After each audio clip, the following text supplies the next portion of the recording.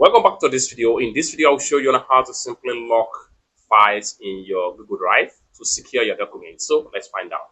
But before we dive into tutorial, if you find this tutorial useful and you are following to this channel, remember click on that subscribe, turn on the notification bell for more useful tutorial like this. So with that being said, let's find out.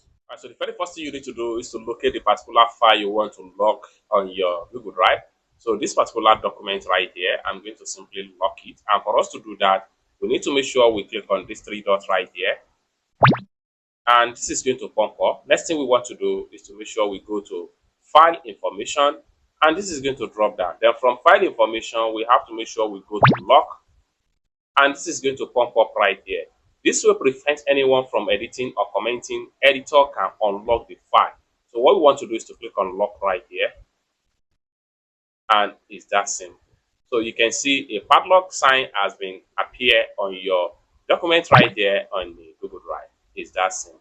So basically, this is how to simply lock a folder or a file on your Google Drive. I hope you really got value for this video. For more tutorial, tips and tricks on how best to use your Google Drive, consider to subscribe.